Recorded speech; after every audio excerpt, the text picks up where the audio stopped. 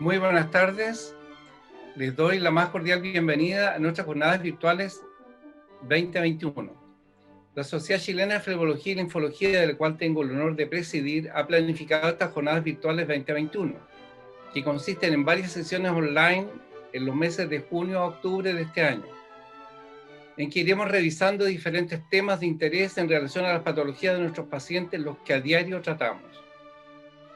Doy la bienvenida a nuestros colegas de toda América en los diferentes horarios. En Costa Rica y Centroamérica a las 17 horas, Ecuador, Colombia, Perú, Puerto Rico y México a las 18, Chile, costa este de los Estados Unidos, Bolivia, Paraguay y Venezuela a las 19, Brasil, Argentina y Uruguay a las 20.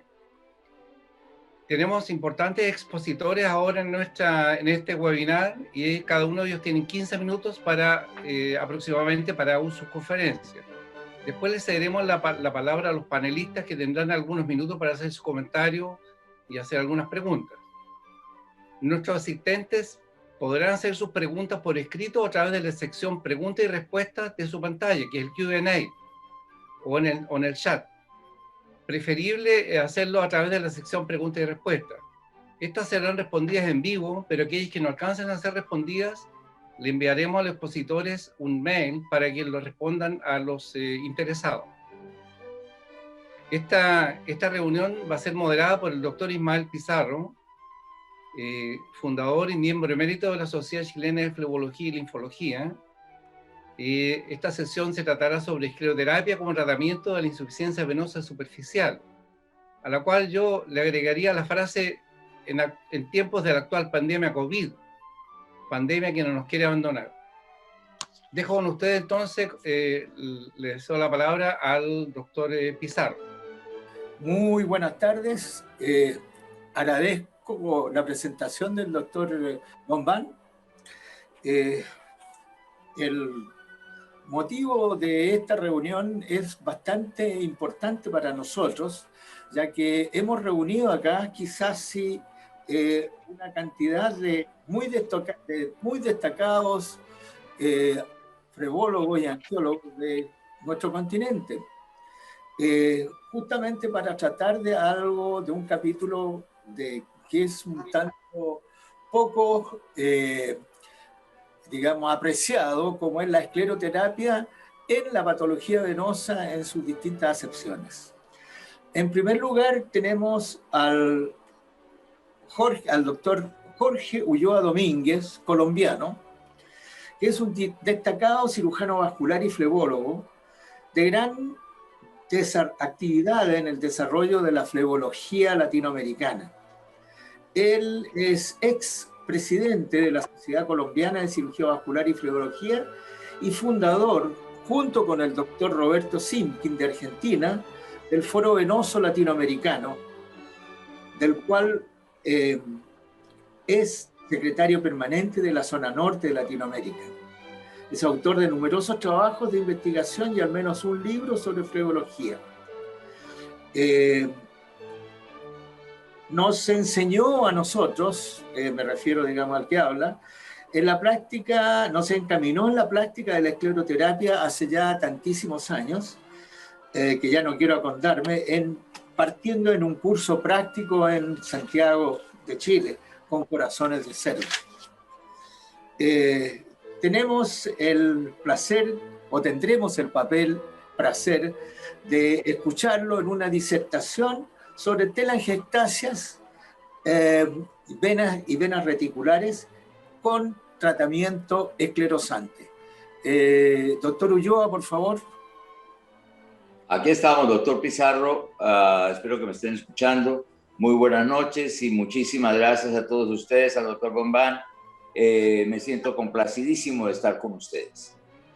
Voy a ser muy corto, tal como usted me lo pidió, doctor Pizarro. Usted me pidió que hablara de telangiectasias, venectasias y escleroterapia. Entonces yo voy a sembrar más que otra cosa unos puntos que considero importantes y que ojalá den para que discutamos o conversemos o los critiquemos o los divulguemos un poquitico, pero es lo que yo veo como importante. Si podemos presentar la primera diapositiva, Maximiliano, creo que habíamos quedado, te las envié para que nos abrieras. Es muy sencillo. Tenemos, de acuerdo a lo que me pidió el doctor Ismael, ¿qué son telangiectasias? Todos los vasculares o geólogos lo sabemos. Son pequeñas dilataciones o dilataciones del plejo intradérmico o subdérmico de diámetro de 0.1 a 1 milímetro. Las telangiectasias son una pequeña parte de una compleja situación. Ya podemos ir cambiando la diapositiva, si es tan amable. Seguimos adelante. Son una pequeña parte de una compleja enfermedad llamada insuficiencia venosa crónica. ¿Por qué quiero llamar la atención yo acá específicamente? Cuando hablamos de telangiectasias, nos conformamos con decir es estético y no es estético para los colegas que me oigan o que no hacen flebología o cirugía vascular como lo hacemos nosotros. No es estético. Son o es una parte de la enfermedad que allí puede empezar o hacer una demostración de lo que es la insuficiencia venosa crónica. Mostremos la otra diapositiva. Todas son muy cortitas para que aumentemos nuestro conocimiento, para que lo critiquemos o digamos en qué estamos. ¿Por qué salen estas telangiectasias o estas pequeñas arañitas que nos enseña la televisión? Y hoy en día lo vemos, por lo menos aquí en Colombia, que las arañitas se quitan de las piernas, se bajan volando con simples cremas o con simples medicamentos, lo cual es una mentira y eso es lo que voy a tratar yo de decirle, no a los vasculares, sino ojalá muchos médicos que no hacen la especialidad nos estén oyendo. Es la primera expresión, al aumento de la presión. Es un fenómeno generalmente de fragilidad capilar, pero nos está demostrando que algo está sucediendo. Pasemos a la otra. Yo voy a ir muy rápido.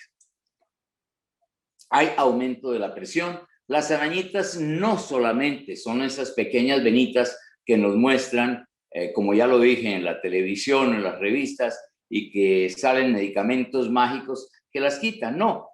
Si vemos la diapositiva de la izquierda, como lo estoy viendo yo, primero la debemos manejar quienes estamos entrenados o quienes están entrenados. Son pequeñas venas que en cualquier momento producen ruptura venosa, son telangiectasias, son venas encañonas, se llaman canyon veins, y en cualquier momento puede hacer ruptura de las mismas y tratarlas con cirugía, pues no podemos. Las de la derecha son mucho más frecuentes, las encontramos en la localización, el muslo, cara interna. Miramos la próxima, por favor.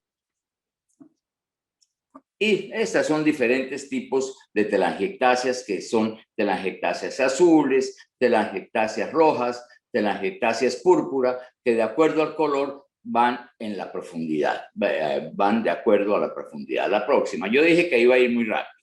La próxima, prefiero que comentemos, ahí siguen las telangiectasias a lo que nos vemos enfrentados a diario. Los libros las describen en ramillete, los libros las describen en hoja de una, en hoja de otra. Bueno, son simplemente telangiectasias y están comunicadas con el sistema venoso superficial y, ¿por qué no?, con el profundo. Sistema solo, aislado, por eso hablar de la parte estética es absurdo. Aquí tenemos que contemplar un paciente y contemplar una situación que es la insuficiencia venosa crónica. La próxima, por favor. Esto les quiero mostrar que lo vemos a diario en sus países, en los míos. No es de Colombia, pero son de Colombia estos ejemplos que voy a dar o estos bellos anuncios que encuentra uno de cómo se tratan las telangiectasias. Lo primero, dice varices, el sistema venoso de las piernas es su segundo corazón. Ya, primera cosa que puede ser cierta. Sométase a una corrección venosa con las manos y libérese de las varices. Está la dirección, estamos poniéndolo, lo estamos viendo a diario. Este es otro bella imagen que aparece en una revista de mi querido país, como seguramente en los de ustedes será igual en algunas oportunidades. Vena varice. Primero, la gente que dice vena varice, pues no es vena varice, son varices. Las varices no dan generalmente, que yo sepa, sino en las venas. Mesoterapia, baño de luna, adicional yeso y masaje erótico. Taller teórico práctico, no se necesita materiales, para trabajar en Colombia y en el exterior, y da el teléfono donde lo hace. Esto lo vemos a diario. Al principio nos puede producir un poquito de risa, pero creo que es más cierto de lo normal. Sigamos mirando, por favor. La próxima diapositiva. Estos avisos también los vemos nosotros a diario. Se curan niños, se dan masajes para acomodar al bebé, se inyectan asteroides, por no decir esteroides o esclerosis, y como si fuera poco, San Martín de Alioli es el santo que tenemos en Italia, a quien se le va a orar para la curación de las úlceras en extremidades inferiores. O sea que se ha construido una serie de mitos acerca de las venas y de las telangiectasias que son lo más absurda que hay en este mundo. Miremos la próxima, por favor. Si ustedes ven, simplemente entran a internet, que es lo que hace hoy en día la gente con el doctor Google, ven que el tratamiento para las varices, para las telangiectasias, son los tomates, especialmente los verdes y los rojos. Y como si fuera poco, hablo de mi ciudad, de Bogotá, muchas camionetas o muchos carros ponen sus avisos, como este que estamos viendo aquí, que dice especialista en varices, y el teléfono. Así hasta esto hemos llegado. Ese valor de tratar una enfermedad conjunta de una especialidad que en mi país toma 4 años de cirugía general y 2 de cirugía vascular, por no decir 3, la vuelven en una revista o en un periódico fracción de 5 o 10 o 15 minutos. Vamos a seguirlas viendo. Les prometí que lo íbamos a hacer rápidamente y voy a ponerme a leer para que discutamos al final. Las telangiectasias frecuentemente tienen un componente hereditario. Esto es cierto, lo hay. Y estas no son de importancia clínica, ya que son asintomáticas, pero sí pueden suponer un problema estético. Ojo, lo estoy poniendo en comillas y lo vuelvo a repetir. Y esto lo encontré con muchísimo respeto en una promoción de una importante clínica de Santiago, ya mostré las de Colombia, donde vuelvo a repetir una vez más, frecuentemente tienen un componente hereditario, estamos de acuerdo. Estas son de importancia clínica, ya que son asintomáticas, pero pueden suponer un problema estético. Miremos la próxima, por favor. Con la parte estética tenemos toda una serie de problemas. Ahora, el médico, el especialista o quien intenta hacerlas, tenemos un problema en hacer escleroterapia con el diámetro y el no conocer perfectamente cómo es una telangiectasia. Tenemos la de predominio arterial, cuyo diámetro va de 0.1 a 4 milímetros y su profundidad va de 0 a 0,4 milímetros aproximadamente. Sigámosla mirando, Martín. La próxima.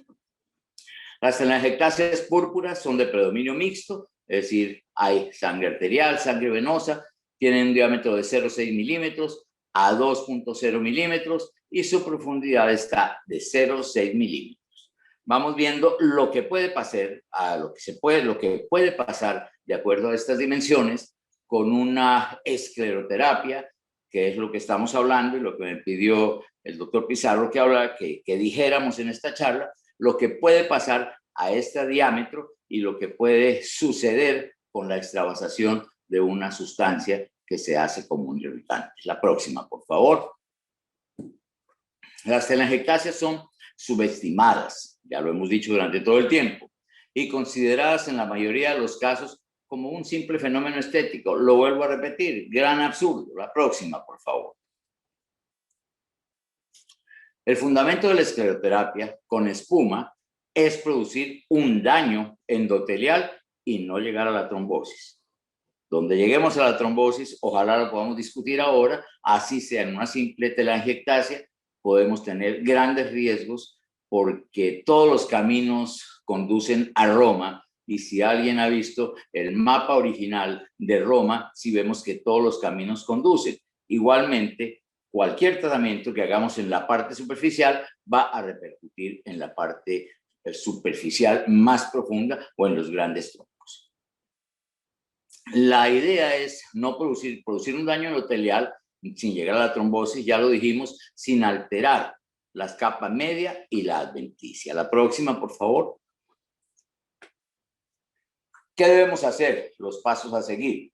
No son simplemente ver al paciente, decirle tiene unas piernas feas, vamos a tratarlo, a ponerle inyecciones. En Colombia se dice inyecciones alemanas. ¿Por qué? Porque tal vez el primer producto que hubo en mi querido país era el etoxiclerol, el esclerosantes, que venían de Alemania. Entonces creen que hacen magia y anuncian simplemente la colocación de inyecciones. El examen médico es secundario, pero para ellos, pero debemos hacerle a todo nuestro paciente un examen completo de la circulación venosa, de la circulación arterial y, si es necesario, como debe serlo, un estudio venoso no invasivo, el examen instrumental a lo que me estoy refiriendo. Posiblemente haya muchas personas que digan no es necesario, yo lo considero completamente necesario, lo mismo que el examen vascular. No hablo de examen venoso, sino examen vascular. Tocar un pulso es importante, así sea una telangiectasia. La próxima, por favor. ¿Qué debemos hacer o qué hacemos nosotros cuando ya vemos al paciente después de haber hecho el examen, después de haberle hecho su historia clínica? Hacemos la explicación del tipo de procedimiento. ¿Qué es? Le explicamos muy claramente que no lo vamos a curar, porque eso es la otra cosa que el paciente cree y por eso tiene dudas contra el médico que lo va a tratar de que hay curación y no la hay. Le explicamos sobre el dolor, le explicamos que va a haber una pequeña equimosis, le explicamos que puede haber un hematoma y que pueden quedar manchas, por lo general van a quedar, y que puede haber una flebitis, que es la inflamación, no lo hablemos con una trombosis como tal. Ocasionalmente puede presentarse, muy ocasionalmente, depende de la experiencia que tenga el médico manejando ese tipo de procedimiento. La próxima, por favor. Les prometo que ya vamos a cambiar. Se les explica sobre la aparición tardía o temprana de nuevas venas en las piernas. No hablemos de tratamientos mágicos. No le digamos nunca al paciente que con una sesión o 2 o 10 lo vamos a curar, porque nunca lo vamos a curar, lo vamos a mejorar. Se le explica que no hay anestesia, que no tiene que ir a una clínica, que no debe guardar reposo. En el caso nuestro, no los mandamos a reposo, porque precisamente la movilidad es parte de evitar una trombosis y es parte de lo que mencionaba el doctor Bombán de la trombosis y el COVID. No vamos a hablar de esto, pero no guardemos reposo. Dieta no requiere ninguna. Y ahí va lo contradictorio, que ojalá pudiéramos poner en jaque en estos momentos. Usar vendajes, nosotros jamás usamos un vendaje. Nosotros no usamos un soporte. La próxima, por favor. Se debe hablar o tener cuidado en la selección del paciente, el color de la piel y la formación de queloides. Siempre nosotros miramos las manos, siempre miramos las cicatrices que pueda haber para prevenir o decir al paciente sobre las posibilidades que pueda llegar a tener sobre queloide y sobre la coloración de la piel, que muy posiblemente, y después depende de la concentración del esclerosante, ojo con esto, puede manchar más la piel que en otro tipo de personas, especialmente las personas blancas, caucásicas o de color moreno. La gente que vive en las costas de nuestro país, de nuestro Caribe, son muy propensas a hacer manchas, lo que no nos van a perdonar muy fácilmente si uno no les está explicando esto. La próxima, por favor. Los métodos. Cuando habla uno de qué método hace, esto es para que lo discutamos ahora. Los describen los libros método ascendente. No, método descendente. No, no tratemos de hacer el distinto método ascendente o descendente. Tratemos más bien de esclerosar una pequeña porción, saltar de un sitio a otro para no irritar o no producir una trombosis, tratando de quitar en una sesión una cantidad de venas que no se justifican, sino que lo podemos hacer paulatinamente. Esto mismo se le debe explicar al paciente, que es un procedimiento largo. El tratamiento, y por eso pusimos aquí, el tratamiento nunca termina. Si nosotros le hablamos a eso a él, si nosotros le decimos que el tratamiento nunca termina, posiblemente va a estar más seguro de ella. Hay diferentes sectores donde debemos tratar. No necesariamente vamos a quitar el muslo, parte externa, no necesariamente vamos a quitar el muslo, parte interna, no solamente las pantorrillas, sino mi recomendación es que juguemos, llamémoslo así, porque estamos haciendo un atractivo. Tenemos que decirle al paciente cómo lo vamos a hacer y vamos a tomar toda la pierna, hacemos 2 o 3 sesiones, a los 8 días hacemos las otras, luego vamos jugando con ellas y vamos llevando a cabo un tratamiento correcto como debe ser. Tratamientos acelerados no creo yo que existan. Es imposible que podamos decirle a un paciente, yo se las quito por la mañana y usted por la tarde. No tiene, no lo intenten, no se los recomiendo. Acuérdense que el sistema superficial conecta con el perforante con el profundo y, ¿por qué no?, con la parte arterial o arteriolar. La próxima, por favor. ¿Qué usamos? Jeringas de 1 mililitro, agujas hipodérmicas, como lo estamos viendo, agente antiséptico. Simplemente colocamos un pack frío, que es un paquete frío, o hielo sobre la pierna. Usamos guantes, no usamos vendajes elásticos ni medias, lo estoy repitiendo, ni soportes con gradiente de presión. Ojalá se dé para discutirlo ahora si ustedes lo quieren. La próxima, por favor. Espero no estarme pasando, doctor Pizarro. Ya voy a terminar, prometido. Pequeñas dosis de no más de 2 décimas por centímetro cúbico en telangiectasias. Por eso repasamos qué era una telangiectasia. No hacer presión firme sobre la telangiectasia, lo discutiremos ojalá más adelante. No hacer presión en la jeringa para que no se extravase, para que no haya extravasación de la sustancia esclerosante. Si la llega a haber, hoy en día hay medicamento, 1 o 2, que se aplica inmediatamente después de la sustancia esclerosante para que no vaya a producir necrosis de piel o lesión ulcerativa. La próxima, por favor. Y yo no sé si se pueda ver, nosotros las quitamos. Este es uno de los métodos que tenemos, que cualquiera de ustedes lo hace con transiluminación y es muy sencillo. Nuestra jeringa simplemente 2 décimas, como les dije, y lo importante es quitar la telangiectasia, caer en el sitio donde es y poderla quitar. Y simplemente con un algodón se barre hacia la parte interna o externa o distal o proximal, tratando de desaparecer la sustancia esclerosante. La próxima, por favor. Les prometo que ya voy a terminar. Y aquí simplemente unas fotografías de recuerdo. En esta que dice Tesari es el doctor Tesari, quien en el año 2000 nos enseñó un método verdaderamente interesante para hacer la espuma. Tesari está poco de tiempo después, estábamos compartiendo con él, Jorge Hernando, y en la otra diapositiva, una conferencia que hiciéramos con Juan Cabrera, con Jorge Hernando.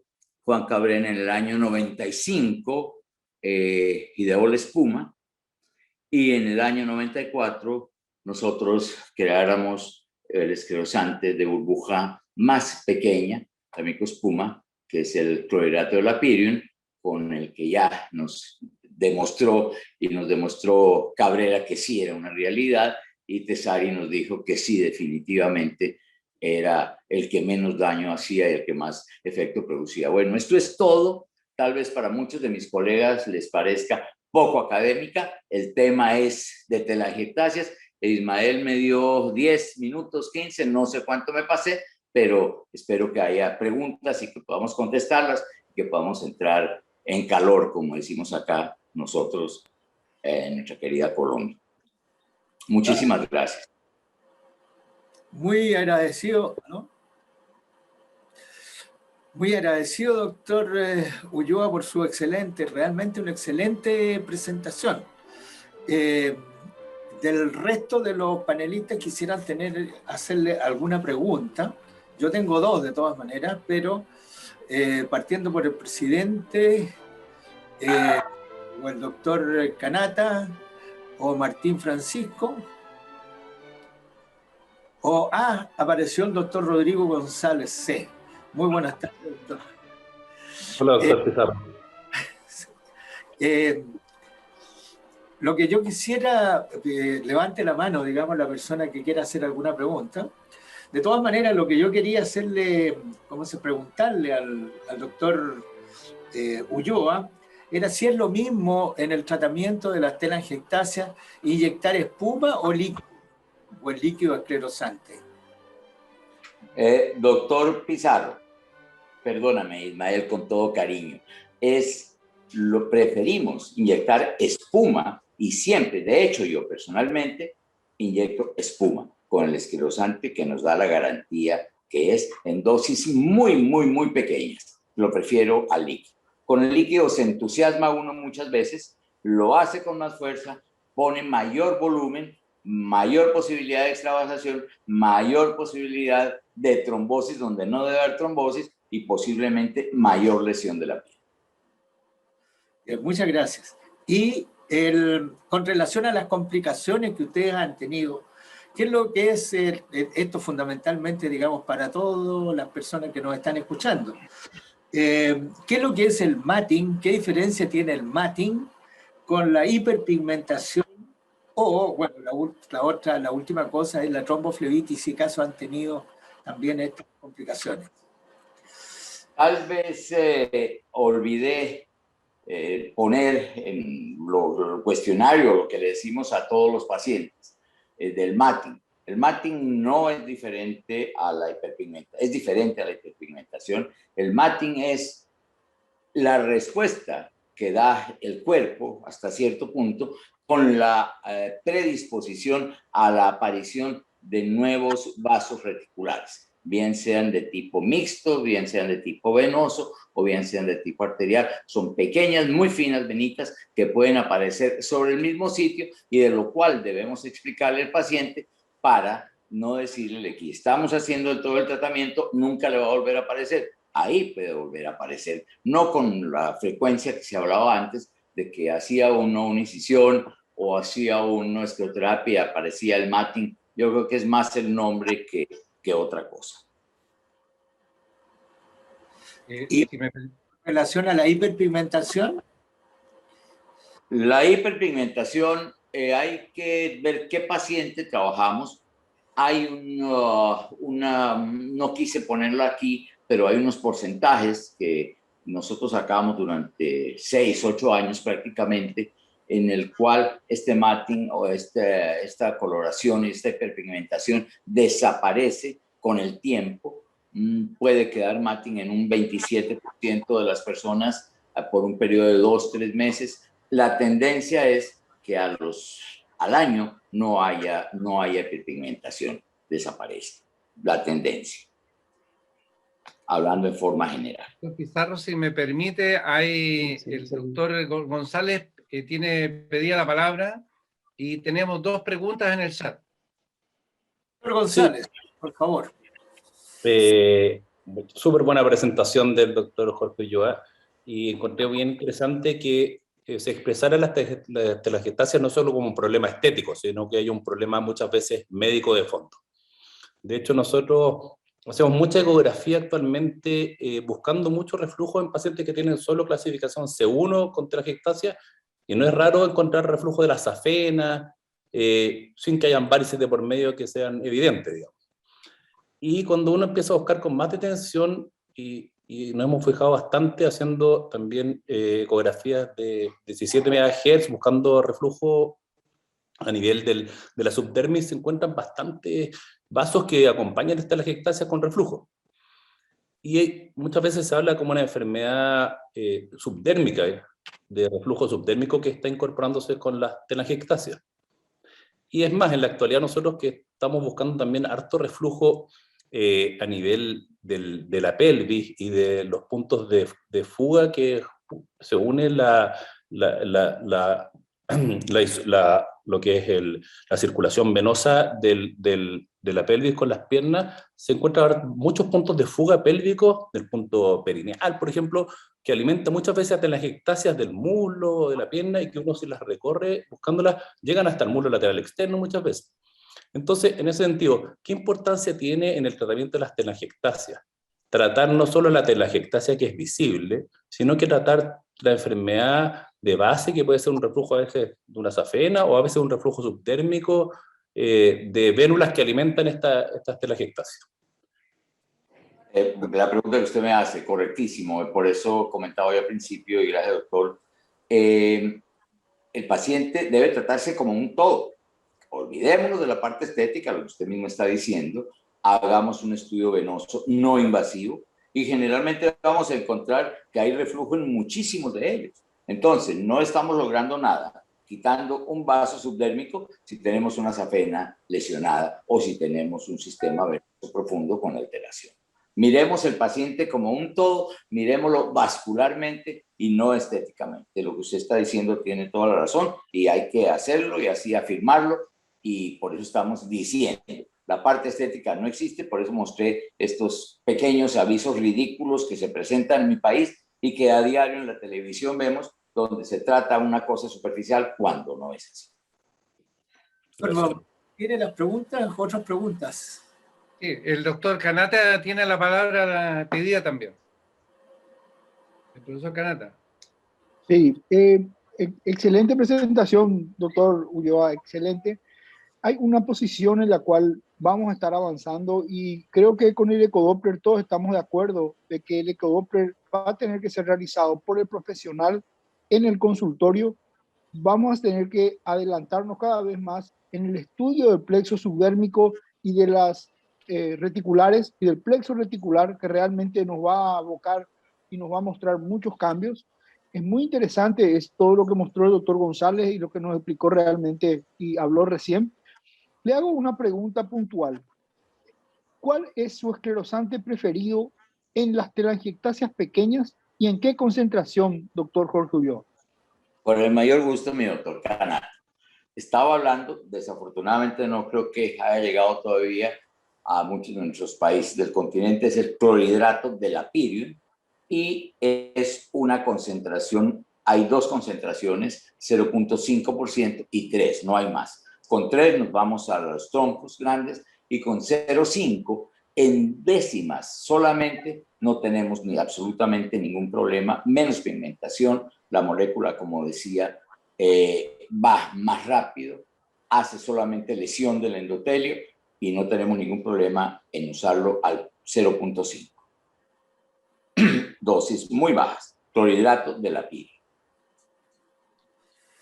Bueno, yo quisiera comentar que en Chile no existe ese medicamento, por lo que nosotros habitualmente hacemos escleroterapia con polivocanol.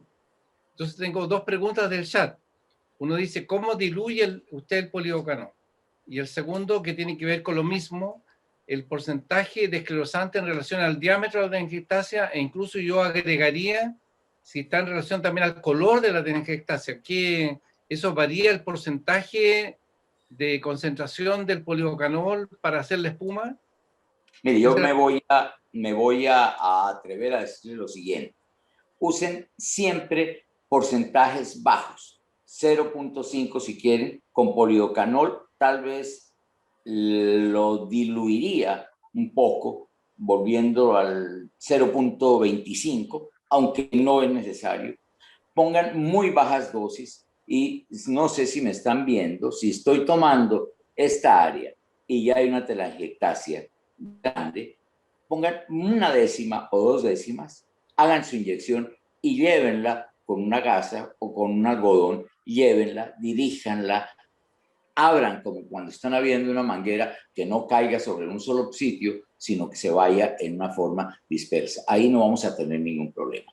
El problema es tener esta misma telangiectasia, hacer la inyección a un porcentaje mayor, a un 0.5, poner una dosis mayor de lo que estábamos diciendo y hacer presión. Al hacer presión, se extravasa del capilar el esclerosante y está formando la posibilidad, está creando la posibilidad de hacer una lesión ulcerativa o una mayor hiperpigmentación. Dosis baja, 0.5, con el polivocanol también. Martín Francisco, por favor, Ferreira. Estás muteado, tienes que... Ahí está, perfecto, perdón. Muchísimas gracias, doctor Pizarro. Realmente, doctor Ulloa, quiero felicitarlo porque nos ha dado una charla, una disertación muy clara, concreta y muy pedagógica. Ha sido también muy realista porque eso que comentaba que ocurre en Colombia, no solo ahí, en muchas partes, yo creo que del mundo, en el cual el comercio no es que trata mal, sino maltrata a las venas. Estoy muy de acuerdo con el doctor González también cuando decía de que hay que estudiar en un todo, y usted también lo expresó claramente que hay que estudiarlo en un todo a la patología venosa y saber claramente que la enfermedad venosa no empieza o no termina en la región inguinal, hay que relacionarlo, ¿no es cierto?, con la pelvis y más allá. Claramente, cuando usted menciona, doctor, que aquí estoy aprendiendo algo más por el hecho de que a nivel de las telangiectasias yo hacía líquido, porque pensaba que la espuma que persiste mayor cantidad de tiempo circulando en el lugar, ¿no es cierto?, de las telangiectasias, producía una inflamación de la pared venosa, ¿no es cierto?, que llevaba a una periflebitis y podían aparecer hiperpigmentación y neoangiogénesis. Por eso es que a nivel de telangiectasias utilizó líquido Nofoam. ¿Usted qué me puede decir sobre eso? Porque... Esta pregunta me la han hecho varias personas muy respetables como usted, entre ellos mi querido colega Alberto Muñoz, gran cirujano vascular colombiano. Me dijo, pero Jorge, ¿cómo vas a hacer espuma? Es mi alumno, fue mi alumno. ¿Cómo vas a hacer espuma en una telangiectasia? Aprendamos, miramos, hagamos con mucho, 3 cosas hay que hacer. Hacerla con mucho cuidado, con más cuidado y otra vez con mucho cuidado. Si lo hacemos así, no vamos a tener problema, mi queridísimo doctor. Acostumbrémonos a una cosa elemental, una décima. Uno dice, pero una décima, ¿para qué me alcanza? Poner una décima de líquido, bueno, vamos a ver qué pasa. Una décima de espuma y llevarla, diríjala, se lo puedo prometer que usted no va a tener ningún problema ni con el clorhidrato de la Pirium, ni con el polidocano. Si asumo la responsabilidad, si tiene el problema, usándola con líquido. Use menos cantidad, muchísima menos cantidad y en espuma, tranquilamente. Muy bien, muchas gracias. Y perdón, doctor, una preguntita más relacionada. Sí. Relacionado a la compresión que realiza, es decir, que no realiza compresión en la escleroterapia de telangiectasias. No hago compresión. Si tengo un minuto más, si el doctor Pizarro me lo permite, tengo comentarle por qué no hacemos compresión. Le voy a hablar una parte médica y una no médica. La parte médica era que un número de mujeres muy elegantes acudían a mi consultorio, muy jóvenes y muy bonitas, los días viernes. Los días viernes en Colombia decimos es viernes cultural. Y este mayor número de pacientes, hablo de buenos años atrás, le ponía el vendaje yo. Y dejaron de ir a mi consulta. Al dejar de ir a mi consulta, investigando un poquitico después por qué dejaban de ir, le preguntaba a algunas de ellas, me decían, doctor, me voy el día viernes, que es viernes cultural en Colombia, lo llamamos cultural, era cuando se ingería licor, se sigue ingiriendo, y yo con vendaje en las piernas, me invitaba el jefe de la oficina y yo terminaba con el vendaje en el cuello, entonces no volví más a hacerle eso. Los pacientes también nos enseñan a nosotros, ¿de acuerdo? Nos enseñan. Entonces ahí empecé yo a mirar si ponía vendaje y era lo mismo. Y resulta que me regresaron los viernes sin vendaje, exactamente con la misma situación, con buen resultado. No lo usen, no tengan miedo a usar. No hagan que sufra el paciente por 24, 48 horas. Perfecto. Perdón, pero ni siquiera una calceta elasticada, ni siquiera una media elástica, porque las medias elásticas de repente son bastante estéticas. Si es por cultural, el bienes cultural podría ser con con medias, ¿ah? Y no vendas. Bueno, vendas ya desaparecieron definitivamente, por lo menos del medio nuestro. Las medias, si su paciente tiene que usar medias, debe tener un problema venoso también, muy posiblemente, en el cual hay daño. Usted le manda medias cuando la bomba no está funcionando normalmente o cuando tenemos alguna lesión de safena mayor, safena menor, o una colateral grande o una perforante insuficiente. Si no la tiene, ¿con qué objetivo? La pregunta que yo haría es, ¿con qué objeto ponemos vendas? Medias, perdón. De que permanezca las sustancias que los ante más tiempo para hacer más matting, para producir una trombosis tan superficial que no necesitamos que se haga. Es la respuesta que yo me haría, o la pregunta que me hice durante mucho tiempo y que ya no me la hago más. Y de todas maneras, las medias, si hay una insuficiencia venosa, hombre, usémosla, porque tienen que usarse, no hay duda. Enseñémosla a hacer dorsiflexión de pie. Pongamos en marcha la bomba muscular, nuestro corazón periférico. Pero en una telangiectasia, entre menos problemas les pongamos al paciente nosotros, entre menos complicada le hagamos la situación, nos lo va a agradecer mucho más y la situación va a ser exactamente igual. Me preguntan los pacientes, ¿puedo caminar? Claro. ¿Puedo comer de todo? Claro. ¿Puedo bailar? Claro que puedo bailar. ¿Puedo saltar? Claro que puedo saltar. No tengo por qué limitarlo por una pequeña vena en una fracción de 0,5 décimas que le pongamos, o una décima. Es mi concepto y la experiencia que podemos tener durante algunos añitos. Perfecto. Doctor Ismael, hay una pregunta del Q&A. Disculpe, presidente, como en mi carácter de moderador, se nos está pasando el tiempo y estamos dejando atrás al doctor Navas. Yo creo la última pregunta que está aquí en el pregunta y respuesta, el Q&A. Pregunta, ¿qué opinas del etamolín? Que no lo conozco yo. ¿Me pregunta a mí? Sí, claro. Claro. El etamolín lo conocí por mis amigos argentinos hace muchos años. No lo he usado, no tengo ninguna experiencia, no le puedo decir nada a mi doctor en este momento qué puede hacer con el etamolín. Lo conocí hace mucho tiempo, más de 20 años que lo usaban mis amigos argentinos. Se lo agradezco, doctor. El doctor Hugo Navas es venezolano. Él es el actual presidente de la Sociedad Venezolana de Flebología y Linfología.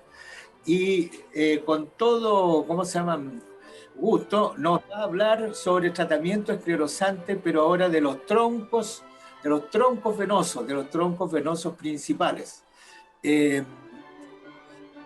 Sin mayores problemas por el tiempo que está avanzando, le ruego que comience su presentación.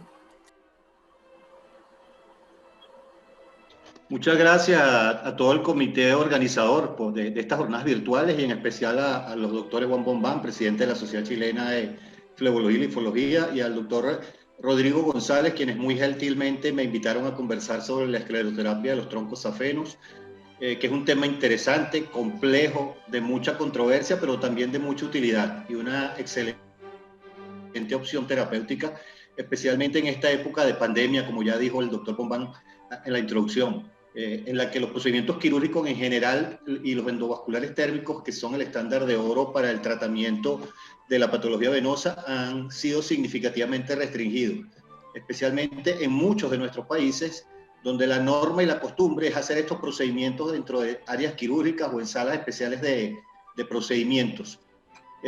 Felicitaciones y mi respeto, doctor Ulloa, extraordinaria su exposición, excelente el mensaje, y déjeme decirle que tomé unos datos muy interesantes para mi práctica privada que estoy seguro que no aparecen en ningún libro ni en ningún trabajo científico.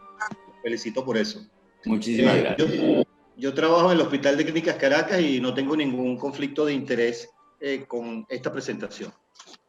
El objetivo de la escleroterapia de los troncos safenos insuficientes es el de ocluir la vena tratada y con ello lograr eliminar el reflujo, reducir o eliminar las varices, mejorar los síntomas de los pacientes, las complicaciones de la enfermedad venosa crónica a largo plazo y en general mejorar la calidad de vida del paciente como meta final.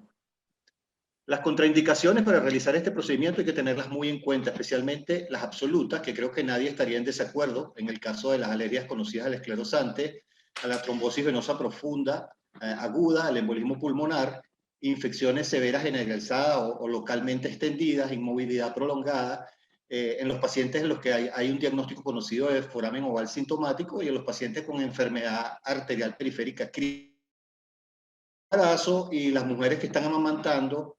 Las trombosis venosas superficiales son dentro de las contraindicaciones relativas que se nos presentan con mayor frecuencia en nuestra consulta, pero que algunas de ellas obviamente son discutibles como contraindicación, porque algunas las tratamos en algunos casos.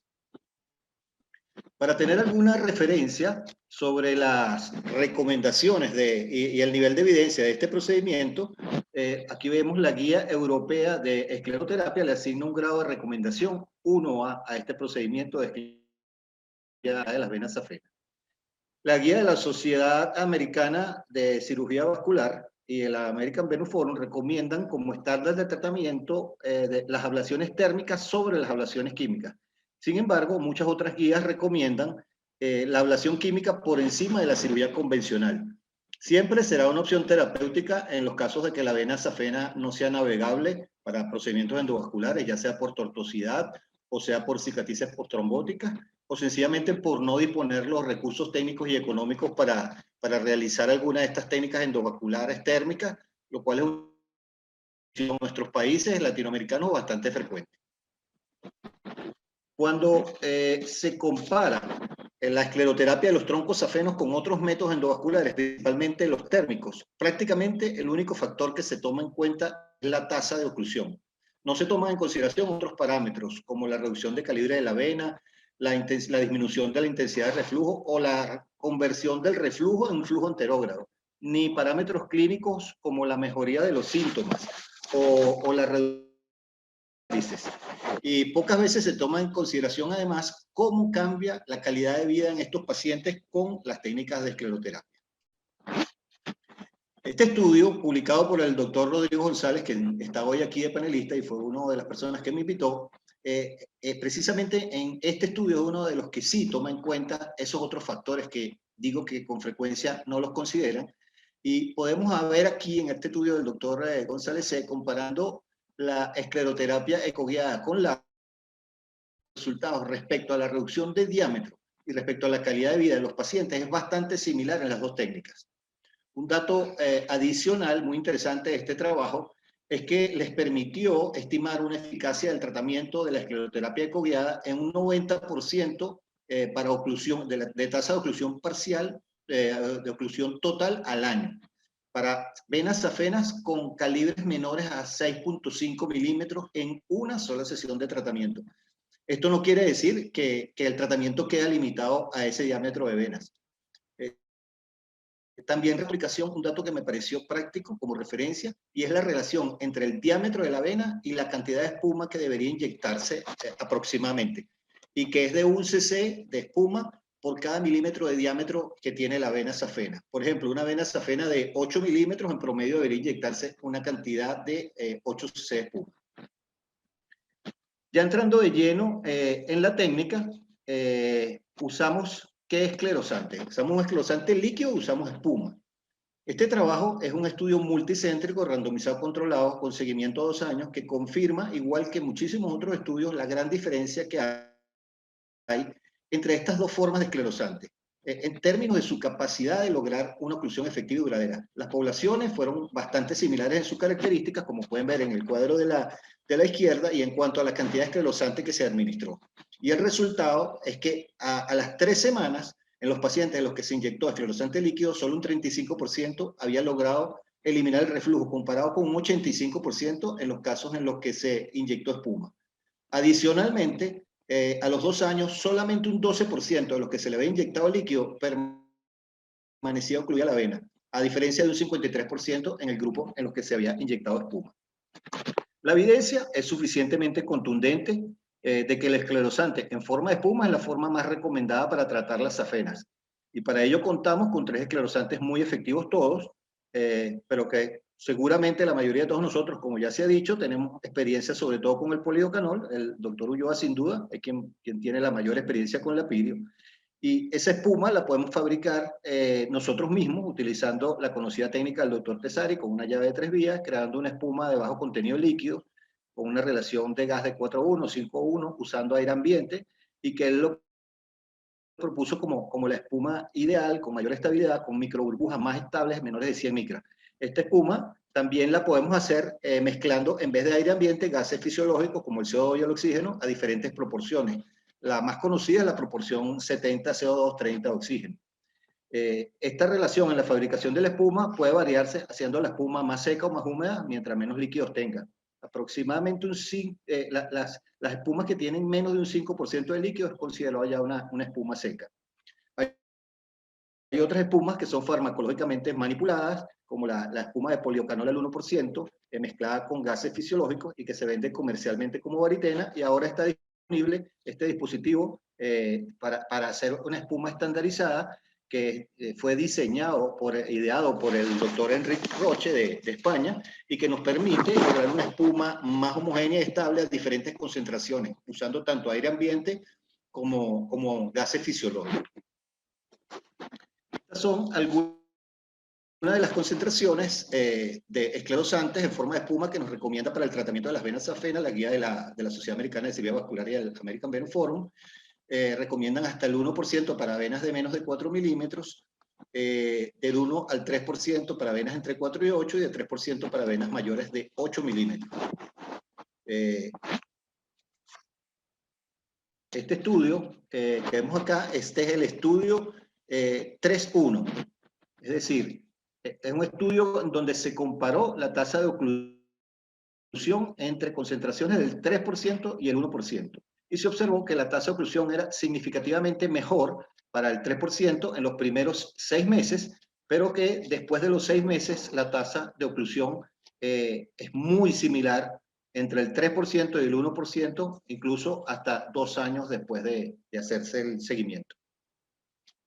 Este estudio del Dr. Mayer, realizado en Australia, se evaluó la tasa de fracaso al año usando diferentes concentraciones, y la tasa que menos falló fue la del 1,5%. Hay que tener siempre en cuenta que en algunos países no son disponibles todas las concentraciones. En algunos la máxima concentración disponible es de 1%, y en este cuadro de fondo verde lo que comparto es un esquema personal tomado de la revisión de algunos trabajos, y es el que yo uso como referencia para el tratamiento de mis pacientes. Sin embargo, debo decir que para venas de más de 6 milímetros, para mí todavía sigue siendo la primera opción la ablación por radiofrecuencia, siempre que se puede.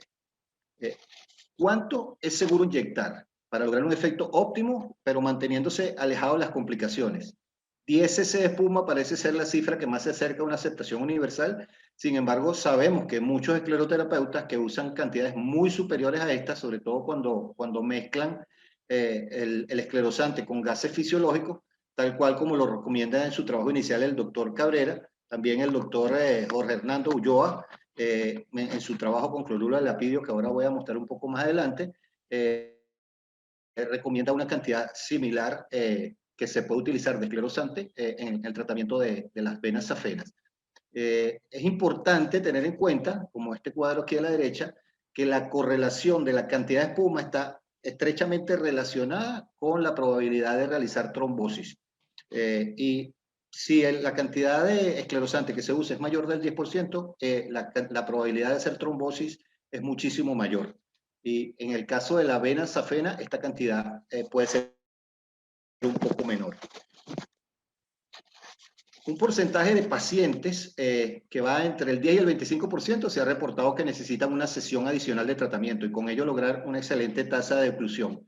Esta es una publicación del doctor Ulloa, como antes dije, podemos ver utilizando clorhidrato de lapidio, cerca de un 17% de los pacientes requirieron sesiones adicionales, pero la tasa de éxito en esos pacientes que requirieron sesiones adicionales fue bastante satisfactoria, muy parecida a lo que reportó el doctor Cabrera en su trabajo inicial, donde él reconoció que había un porcentaje que puede ir entre 10 y 15% de los pacientes que necesitaban una sesión adicional, lo cual pudiéramos deducir de esto de que los pacientes que requieren una sesión adicional no necesariamente es una falla del procedimiento, sino que puede ser un complemento del mismo. Aquí podemos observar cómo mejora el porcentaje en el lado izquierdo de éxito cuando se incluyen en la estadística a estos pacientes que requirieron sesiones de tratamiento adicional. Y a la derecha podemos ver que es muy superior muchas veces el éxito que se obtiene en la safena mayor respecto a la safena menor, donde hay más fallas, pero las tributarias responden mucho mejor que la misma safena. Ahora, ¿dónde inyecto? ¿Comprimo la unión safenofemoral o safenopoplitea? ¿Levanto o no la pierna para inyectar? ¿Hago inyección directa con aguja o utilizo un catéter? Todas estas preguntas tienen múltiples respuestas, probablemente todas válidas y acertadas. ¿Dónde inyecto? Muchos lo hacen en donde termina el reflujo, en el punto más inferior del reflujo. Otros se ciñen a las guías que recomiendan que la inyección debe hacerse de 20-30 centímetros proximales a la unión safenofemoral. El doctor Cabrera en su trabajo inicial decía que lo hacía en el tercio distal del muslo.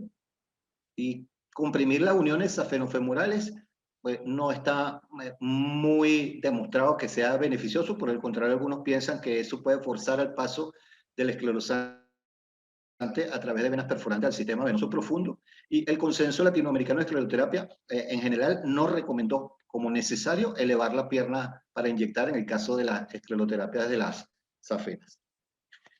Ahora, es mejor hacerlo con catéter que directo con una aguja. Quienes abogan por el catéter dicen que la espuma llega más fresca, menos diluida, mejor contacto con el endotelio que cuando se hace con aguja. Y los que dicen que cuando se hacen inyecciones con aguja, en varios segmentos, entre segmentos se queda cierta cantidad de sangre atrapada por el espasmo de la vena y eso favorece trombosis. Además que facilita la dilución del esclerosante. El doctor Atilio Cabesi propuso en el 2017 optimizar esta técnica utilizando catéter, haciendo una tumescencia perivenosa haciendo el efecto de una compresión externa perivenosa, pero además hacer una irrigación dentro de la vena para limpiarla de sangre, consiguiendo un porcentaje de oclusión bastante bueno, 94% al año y 88,9% a los 3 años. No es un procedimiento exento de complicaciones, algunas graves afortunadamente son las menos frecuentes y en el caso de las trombosis venosas profundas, la incidencia promedio es menor del 1%. No hay evidencia suficiente de que una sola dosis de heparina de bajo peso molecular sea suficiente para evitar en estos pacientes una trombosis venosa profunda o superficial. Sin embargo, es una práctica extendida no solamente en el caso de la escleroterapia de los troncos safenos, sino también cuando realizamos ablaciones térmicas endovasculares. En el caso de los pacientes con factores de riesgo, obviamente está plenamente justificada la tromboprofilaxis, no con una sola dosis, incluso con dosis extendidas. Por suerte, los eventos trombóticos inducidos por la espuma, o EFID, más frecuentes son el tipo 1 y 2, el tipo 3 y 4 generalmente ocurre con una incidencia menor del 0,3%. En el tipo 1 y 2, algunos grupos incluso sugieren no aplicar ningún tipo de tratamiento, sino hacer observación y en otros casos darle al paciente solo aspirina y manejarlo con medidas de compresión y control ecográfico. Quizá, como está el cuadro de la izquierda, la mejor estrategia antitrombótica que podemos hacer es mantenernos dentro de la recomendación de no hacer sesiones de tratamientos con mucha cantidad de esclerosante y no pasar de 10 ml en el caso de la vena safena mayor y quizás la mitad de esto en el caso de safena menor por sesión de tratamiento.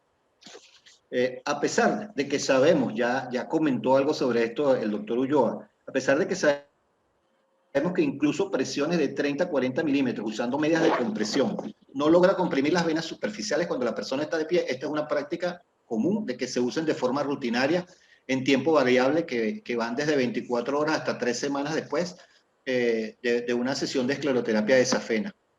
Agregando compresión extrínseca, en algunos casos se ha logrado algún grado de oclusión y disminución del volumen de la vena, e incluso hay dispositivos patentados, como este que está abajo a la derecha, para hacer esta compresión más efectiva. Y se ha demostrado con esos dispositivos una compresión significativa que puede llegar cuando el paciente está de pie en una vena safena hasta un 40% de reducción del tamaño y del volumen de hasta un 60%. Hay muchas variantes en la técnica para esclerosar los troncos safenos, y esta en particular, una de ellas, era la técnica de rutina del doctor Alberto Urbina, quizá la persona con más experiencia de escleroterapia ecoguiada de safenas en Venezuela, y con que vi y aprendí los primeros casos de escleroterapia de safena. Lamentablemente ya no está entre nosotros. Y el procedimiento se basaba en inyectar un bolo de CO2 de cantidad variable según el trayecto, la distancia desde el punto donde inyectaba hasta la unión safenofemoral o safenopoplitea, seguido de la inyección de esclerosante. Esto con la finalidad de eliminar todo el remanente de sangre y permitir un contacto más directo de la espuma con el endotelio y retrasar la dilución o inactivación del esclerosante por la sangre. Otras modalidades de escleroterapia de las venas safenas incluyen la utilización de catéteres con balón para bloquear las uniones safenofemoral o safenopoplitea, la asociación de la ligadura alta de las uniones safenofemoral o poplitea y la inyección del tronco con esclerosante, ya sea a través de una aguja o con catéter, que esto lo hicimos mucho tiempo a principios de los años 2000, cuando no dominamos todavía el eco y el ultrasonido. También como complemento a una ablación térmica, que solo hago de rutina, sobre todo en la porción infrapatelar de la vena safena para evitar daño nervioso por calor. El uso de dispositivos mecánicos como el Clariven y el Febogrif, en donde se asocia el tratamiento esclerosante con una lesión del endotelio, y lo que se ha llamado los tratamientos híbridos o tratamientos combinados, que es tratar un segmento, el mismo segmento de vena safena, tanto con medios térmicos como con esclerosante. Y puede ser radiofrecuencia, puede ser láser. Y para finalizar, las conclusiones. Este es un método que resulta ser efectivo, es seguro, se puede repetir a bajo costo, es mejor en safenas de menos de 8 milímetros, pero no es un limitante. Sabemos que hay personas que hacen este tratamiento en safenas de mucho más tamaño. Es mejor con foam, eso sí está demostrado. Mejor utilizar ultrasonidos, tanto para el acceso venoso como para el control del esclerosante, la distribución. Mejor no usar más de 10 cc de esclerosante por sesión. Mejor comprimir que no comprimir. Tromboprofilaxis si hay factores de riesgo, y por supuesto hacer el control clínico y ecográfico post tratamiento. Muchas gracias por su atención, y eso es lo que tenía que comentarles por hoy. Excelente presentación, doctor Hugo Navas. Realmente, digamos, estupendo. Y nos está topando nos está metiendo en un problema que es bastante grande. Y es que por el problema de la pandemia, que ha llegado a numerosos países, y que particularmente se ha enseñado acá en América Latina, tenemos una tremenda carga de cirugías que no se han efectuado. Dentro de eso, entonces, la cirugía venosa está absolutamente postergada.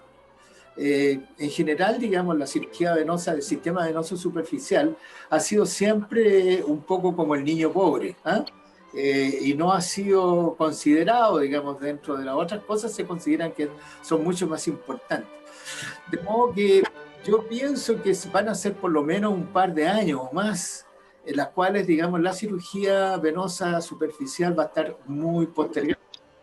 De modo que estos métodos, porque estos métodos que no requieren, yo no sé el caso suyo, me gustaría que nos ayudara al respecto, no requieren un pabellón quirúrgico, digamos, totalmente montado para poder efectuarlo, sino que, ¿cómo se llama? Un pabellón especial, que es lo que nosotros utilizamos, o sea, digamos, se denomina acá como de cirugía menor. Y el problema que tenemos es de que, y que lo vemos nosotros sobre todo en contacto en las presentaciones de los residentes becarios, es de que el tratamiento del, ¿cómo se llama?, esclerosante es considerado, en la literatura han aparecido una serie de trabajos, sobre todo de los Países Bajos, de la doctora Marianne de Massenet, de Van den Bos y otros, en las cuales digamos, la tasa de recidiva supera el 30%, algunas veces hasta el 40%, en relación a este tratamiento de esclerosante, que yo pienso que de alguna forma tiene que ver también con algún interés extra extraquirúrgico especial, digamos, con el objeto de rebajarlo un poco, ya que este método es esencialmente barato. Sin más, digamos, al respecto, quisiera ofrecerle la palabra a los otros panelistas. Veo ahí levantada a Rodrigo González para que efectúe su pregunta o su comentario, digamos, a la excelente presentación del doctor Navas. Rodrigo.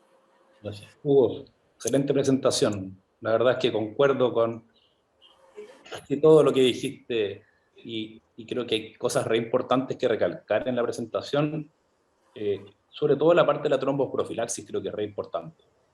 Hay un 1% más o menos de trombosis venosas profundas que uno ve que están en la literatura reportada, y por lo tanto clasificar los pacientes en cuanto a factores de riesgo con las tablas que ya conocemos, yo creo que es sumamente importante, y usar tromboprofilaxis. Nosotros en particular usamos el rivaroxaban, que entre 10 y 15 miligramos anda bastante bien, y es oral, y dependiendo, como decías tú, por periodos más cortos, más extensivos, depende del riesgo. Así que no sé qué experiencia tienes tú, que usan ustedes como profilaxis en este procedimiento. Doctor Navas. Bueno, muchas gracias. Muchas gracias. Quería comentarle al doctor Pizarro, antes que nada, que concuerdo con todo lo que él dijo. Seguramente hay una carga muy importante desde el punto de vista comercial para forzar algunas técnicas que generen réditos económicos, y yo creo que este tiempo de pandemia va a hacer que esta técnica de escleroterapia sea un poco más depurada, va a ser una necesidad, y se va a ir logrando optimizar esta técnica en estos años en que van a estar restringidos tanto por la actividad económica, que mucha gente no podrá tener acceso a ella, como por la restricción propia. En Venezuela lo podemos hacer tanto en el quirófano como en salas de tratamiento, pero son salas de procedimientos especiales, con ciertas condiciones de seguridad. No se puede hacer como en otros sitios, en Estados Unidos tal vez, que la gente lo hace en su oficina, aunque vamos encaminados a hacerlo hacia allá. Rodrigo, muy importante lo de determinar el factor de riesgo para hacer la tromboprofilaxis en algunos casos de rutina. Yo tanto en los pacientes que hago ablaciones térmicas como en los pacientes que hacemos escleroterapia de troncos safenos, hacemos tromboprofilaxis química con una dosis de escleroterapia. No hay evidencia científica de peso que diga que realmente una dosis única es eficiente para un evento trombótico. Es más, en muchas de las series donde se ha detectado eventos trombóticos, tanto después de ablaciones térmicas como después de escleroterapia, esos pacientes han recibido 1 o 2 dosis de heparina de bajo peso molecular, por ejemplo. Y sí es una excelente opción utilizar los DOACs, los anticoagulantes orales rápidos que no necesitan control. El tema es, en nuestro país, el costo de esos medicamentos. Son bastante caros, pero sí, definitivamente hay evidencia que funcionan muy bien, sobre todo para aquellos pacientes donde se justifica un tratamiento tromboprofiláctico, entre comillas, prolongado. Doctor Kanata, ¿usted desearía hacer algún...? Sí, una pequeña pregunta. Le pregunto a Hugo, que tiene mucha experiencia en esta área, y lo felicito por su presentación y por su revisión bibliográfica. Si vas a realizar una ecoesclerosis en un paciente con un diámetro mayor a los 10 milímetros, ¿cuántos centímetros utilizarías de esclerosante y en qué porcentaje? Bueno, en honor a la verdad, yo soy de los que, si tengo la oportunidad de tratar a un paciente con una vena safena que tenga más de 10 milímetros, mi primera opción no es un tratamiento esclerosante. Mi tratamiento es una ablación térmica, a menos que la constitución de la vena no me permita hacer una adecuada navegación y una ablación térmica con 2 punciones separadas, por ejemplo, o que haya tantos residuos por antecedente de una trombosis venosa superficial que yo sepa que va a ser muy difícil. En ese caso, sí lo puedo tratar. Y el esquema que utilizamos siempre es hacer ablación proximal. Yo retomo, mejor dicho, lo que ya dijo el doctor Ulloa, tratamientos de escleroterapia en ningún caso, sí, debe ser considerada la escleroterapia como un procedimiento de una sola sesión. Y allí incluyo a las afenas. El tratamiento debe ser seriado, debe ser vigilando al paciente, debe hacerse en base a lo que el paciente necesita y en base a la respuesta del paciente. Por eso quizá la relación o comparativa entre la escleroterapia con los métodos de ablación térmicos está en desventaja o sale mal parada la ablación química siempre. Y es porque se toma en consideración un solo tratamiento. Y yo creo que realmente la escleroterapia, en muy contadas oportunidades, sobre todo en esos calibres, en venas por arriba de 6, 7 milímetros, sea suficiente una sola sesión de tratamiento. Entonces, en todo caso, el volumen máximo, doctor Kanata, sería de 10 cc, el máximo a utilizar.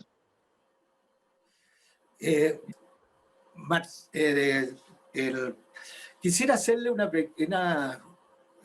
pequeño aporte con relación a la trombosis, digamos, de que siempre se tiene miedo, y es muy lógico, es decir, si uno se supone que está inyectando en una vena grande, está inyectando una sustancia esclerosante, y se piensa que eso va a producir una trombosis de todo el tronco venoso.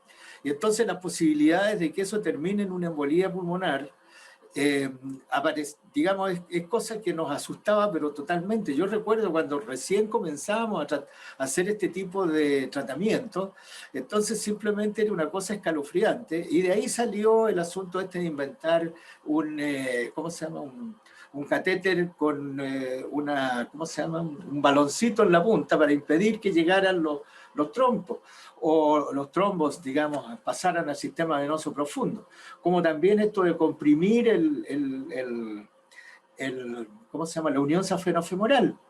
Hasta que llegó, Morrison, y comprobó, ¿no es cierto?, mediante sus trabajos de detección con ecodoppler, con ultrasonido, de la aurícula derecha, que se llenaba igual, es decir, se llenaba mucho más no de trombos, sino que de burbujas cuando se hacía una compresión.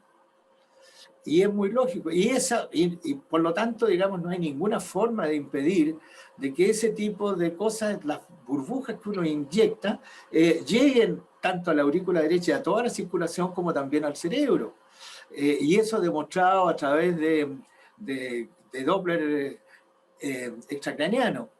Ahora, la verdad es de que nos enseñó posteriormente Tessari de que el esclerosante actúa prácticamente dentro de unos segundos en la pared, digamos, del vaso que uno está tratando, y de que las burbujas prácticamente son inocuas, se reparten igual por el resto del organismo y no pasa nada. Ahora, los casos, y eso está corroborado ya por miles y por cientos de miles o millones de tratamientos, en los cuales si realmente fuera tan riesgoso, la tasa de eventos adversos sería pero enorme, y no lo es. Y la otra cosa, digamos, que es importante considerar es lo siguiente: también hay unos trabajos relativamente recientes del presidente actual de la UIP, del doctor Farsi, ¿cómo es el nombre completo de él? Urosh Parsi.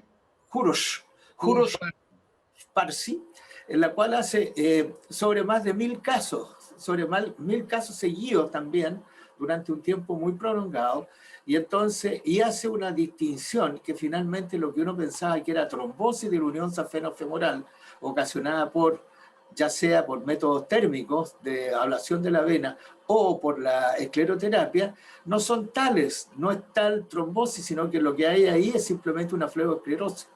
Y él hace la diferenciación, al final la diferenciación se hace como de más de 10-1, la diferenciación la hace siguiendo esto con determinaciones con, ¿cómo se llama? No sé si me ayuda alguien ahí, digamos, el líquido con el cual haces tú la determinación de la trombosis, digamos. Dímero D. El dímero D. Dímero. Haciendo con el dímero D, digamos, exactamente, tú ves la vena ocluida, muchas veces toda la unión safenofemoral ocluida, y resulta de que tiene un dímero D normal. Y entonces él hace esa diferencia que es tan importante. Perdón, Si me permite, en relación a lo mismo, hay una pregunta del doctor Marcelo Venecia de Tucumán, en que le pregunta al doctor Navas si él solicita a sus pacientes un ecocardiograma para descartar un foramen oval permeable. Porque si la persona hace una embolía pulmonar de burbuja, ¿no es cierto? No es tan, digamos, es un problema, pero no es tanto. Pero sin embargo, si tiene un foramen oval permeable, toda esa burbuja y esos líquidos van a llegar rápidamente a la circulación general y al cerebro. Entonces esa es la pregunta del doctor Navas. ¿Le hace un ecocardiograma? ¿Lo considera necesario o no? Doctor Navas. No está considerado, no está considerado ni es costo-beneficio hacerlo. Sabemos que el 20% de la población, solamente en el caso de pacientes que estén sintomáticos, que tengan palpitaciones, que tengan algún problema de síncope, pérdida de conocimiento, van a un estudio previo. La verdad es que de rutina no lo hacemos porque lo tendría que hacer con todos y cada uno de los pacientes a los que le inyecto espuma, sea de una telangiectasia, sea una reticular, una vena troncular o la safena. Sería a todos los pacientes en todo caso. Entonces, no es costo-beneficio, no se ha demostrado eso. Y también está demostrado que los pacientes que pueden tener episodios isquémicos no necesariamente están relacionados directamente con el paso de burbuja de la circulación cerebral. Hay otros factores allí que todavía no están claros. Puede ser liberación de endotelinas u otros factores, el nitrógeno, pero no necesariamente tienes que estar relacionado con el paso de la burbuja a la circulación cerebral. Perdón, tengo otra pregunta del chat en que le pregunta directamente al doctor Navas qué porcentaje de recanalización con reflujo tiene en su experiencia, porque de repente hay recanalizaciones que implican que hay sello de una parte de la vena safena y no hay reflujo, por lo tanto. De modo que habría que diferenciar dos tipos de recanalización, aquellas que presentan reflujo posterior y aquellas que no lo tienen. ¿Cuál es su experiencia, doctor? Sí, ahí hay un tema bien importante, que es un tema primero que nada de definición, porque si hablamos de recanalización, vamos a considerar el segmento que fue tratado. Si yo traté un segmento de 10 o 20 centímetros, es solamente ese el segmento que yo consideraría para efectos de recanalización. Por otro lado, recanalización es que yo lo tuve cerrado en algún momento y ya luego yo puedo identificar por ultrasonido que esté abierto de nuevo y que haya flujo. Y pueden pasar dos situaciones diferentes, que esté abierto y que el flujo sea anterógrado. Eso pasa, reducción de calibre de la vena y el flujo existe, pero es anterógrado. Es decir, hay una recanalización, pero hay una reversión del flujo. Y lo otro es que haya una recanalización con reflujo, que pudiéramos considerarlo como una falla o sencillamente como insuficiente dosis para lograr la recanalización. Y como dije antes, hay un porcentaje de pacientes que necesita una segunda sesión. Yo no lo considero una falla, sino que sencillamente un paciente, así como un paciente de una telangiectasia viene a su segunda sesión, a su tercera, a su cuarta, este paciente de la safena también viene a su segunda, tercera y cuarta sesión. Y de hecho, no le digo a ningún paciente de entrada, usted con una sola sesión le voy a cerrar eso y se olvida y se va y no viene más nunca, jamás. Jamás. Estos pacientes, le digo yo, puede ser que necesite 2, 3 o 4, las que haga falta. Vamos a ver cómo se comporta su vena, vamos a hacer lo mejor posible y tratar de que en el menor número de sesiones posibles se resuelva su problema. Pero no le puedo garantizar, si usted está esperando que yo lo haga con una, yo no soy el hombre, es mejor buscar el otro. Hay otra pregunta del chat también en relación a los flebotónicos, que siempre aparecen, digamos, en el tratamiento de la insuficiencia venosa, digamos, crónica, aparecen si se usan o sirven y cómo se usan los flebotónicos. Es una pregunta en general para todos, digamos, al doctor Ulloa, al doctor, no sé, cualquiera que lo responda. Dejemos al doctor Navas que continúe su presentación, que está muy bien, y yo les cuento ahora qué pienso de los flebotónicos. Bueno, fíjese, yo puedo los flebotónicos en general, quizás los que tienen más evidencia, diosmina, esperidina, hay muy buena evidencia de su efecto antiinflamatorio, y yo lo uso en ciclos cortos de tratamiento. Yo no soy de los que le manda a tomar un medicamento de por vida a los pacientes, sino cuando el paciente está sintomático, hay un proceso inflamatorio, hay un proceso de trombosis venosa superficial, el paciente inmediatamente después de una cirugía de ablación térmica después de una escleroterapia de troncos o de safena. A esos pacientes yo les recomiendo durante un tiempo corto, generalmente no va más allá de 2 o 3 meses, como tratamiento adyuvante, algún tipo de medicamento de ese tipo. Pero no es de rutina que lo hago con todos los pacientes que vienen por patología venosa, que salen con una receta, con un récipe de un medicamento flebotónico. Eso no es mi rutina. Algunos que están normal se quejan y me dicen, ni siquiera me va a mandar un medicamento para las varices. Y lo que les digo es, el medicamento para las varices no existe. No hay medicamentos para las varices. Entonces, hay medicamentos para controlar los síntomas, pero no hay medicamentos que le impidan la aparición de las varices, que le retrasen la evolución de las varices, que le reviertan las varices que ya tiene. De manera que si usted quiere gastar su dinero en eso, bueno, usted puede hacerlo, pero no tiene ninguna justificación, ni con esa intención yo le indicaría una medicina. Si tiene síntomas, le indico y le indico el de mi preferencia según la sintomatología que tiene. Pero no creo que debe ser una indicación de rutina para todos los pacientes, aunque hay gente que piensa lo contrario, que si el paciente tiene recursos debe tomar diosminaspiridina de por vida.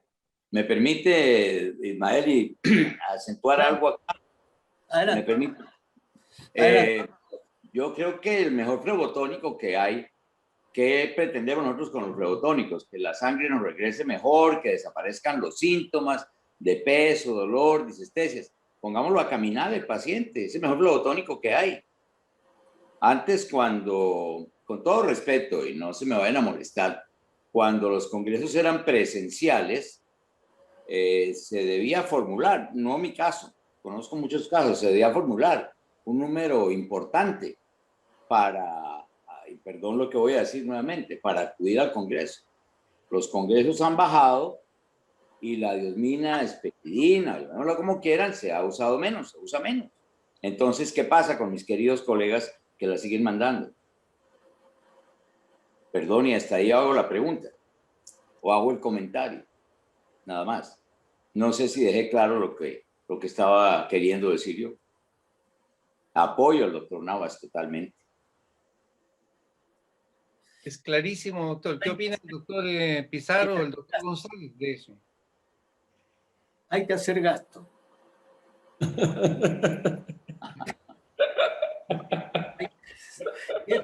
Perdona, pero esto se da lo mismo con relación a la fleoesclerosis, digamos, de lo que estamos hablando en general acá.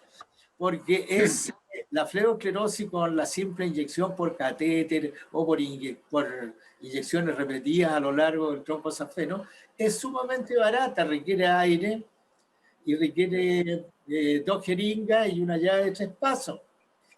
Entonces, ¿quién gana ahí? Por lo menos las grandes, lo que hacen jeringas, hacen millones y millones de jeringas, no les va a simplificar nada.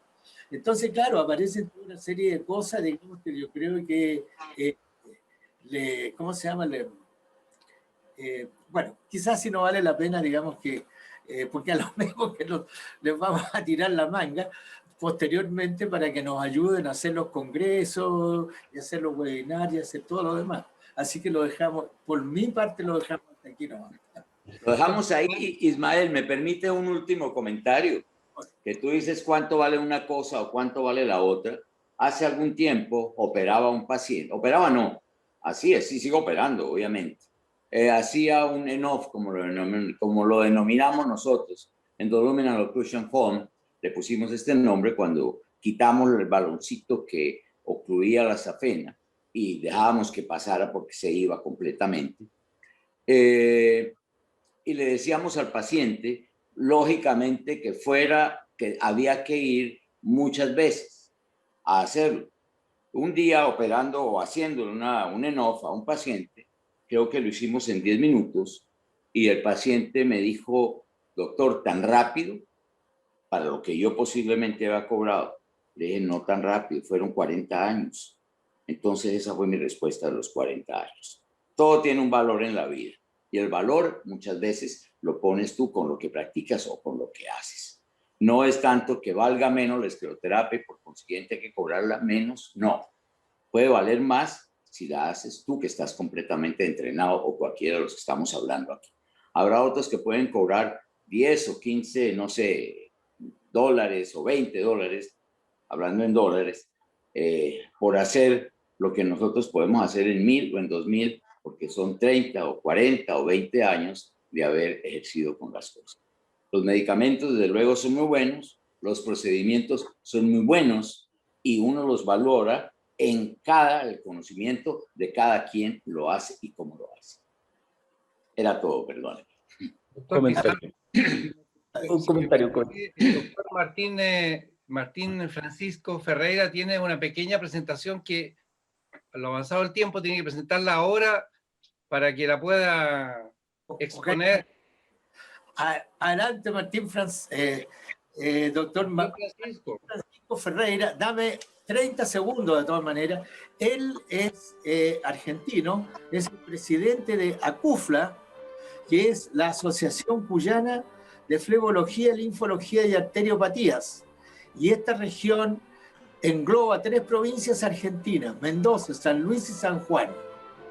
Y es responsable por haber dado un gran impulso a las jornadas andinas que unen las sociedades flebológicas desde la Patagonia Argentina con el norte argentino y con Chile. Adelante, doctor Martín Francisco. Muy bien, muchas gracias, doctor Pizarro, por la presentación. Quiero felicitar rápidamente al doctor Navas porque nos ha dado una clase magistral en la cual en muy poco tiempo nos recorrió absolutamente por todo el tema. Muchas gracias, doctor Navas. La siguiente. Bien, rápidamente, ¿no es cierto?, las diferencias en las paredes de los vasos, ¿no es cierto?, arterial, venosa y capilar a nivel de arteria y vena, ¿no es cierto?, fundamentalmente en la túnica media es donde existe la gran diferencia. La siguiente.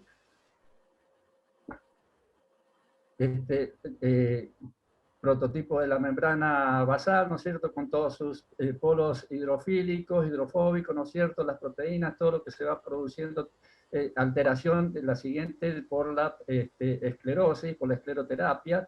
Y quiero hacer mención, la presentación, la breve presentación es hacer mención, ¿no es cierto?, a un trabajo, un estudio que realizaron Schneider y Fischer, ¿no es cierto?, que fue muy interesante porque estudiaron histológicamente el efecto en agudo y en crónico a través de los días del proceso esclerótico y trombótico a nivel de los vasos sanguíneos. En las primeras 3 horas después de la inyección se observa un endotelio vascular edematizado, hay proliferación endotelial así en forma de brotes, la pared vascular está libre de todo contacto con las hematíes y hay que tomar en cuenta que en estas venas varicosas y donde empieza a trabajar el endotelio hay una estasis sanguínea muy importante.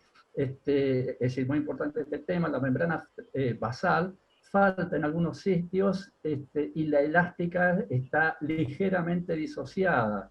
Empezamos a tener una capa íntima que está ligeramente edematizada. Esto se está produciendo recién a las 3 horas de la inyección, a las 15 horas después de la inyección, ya comienza a haber en esas zonas donde había endotelio destruido, donde había membrana basal, ¿no es cierto?, alterada, se empieza a producir un trombo mixto adherido a la íntima desprovista de endotelio, como les decías, a la luz vascular aumenta el tenor de fibrina, esto es muy importante, en la íntima hay un edema y ya se empieza a producir una disociación de su estructura. Ya en los cortes histológicos que realizaron, a las 24 horas después de la inyección, la fijación del trombo en esa zona es más firme, el tejido conjuntivo adventicial y perivascular se infiltra de leucocitos. Y esto es muy importante porque si progresa esta periflebitis, ¿no es cierto?, produce una infiltración inflamatoria aguda y comienza a aparecer periflebitis, la siguiente, con trastornos estéticos bastante importantes. Ya, eso es lo que pasa en el fenómeno agudo.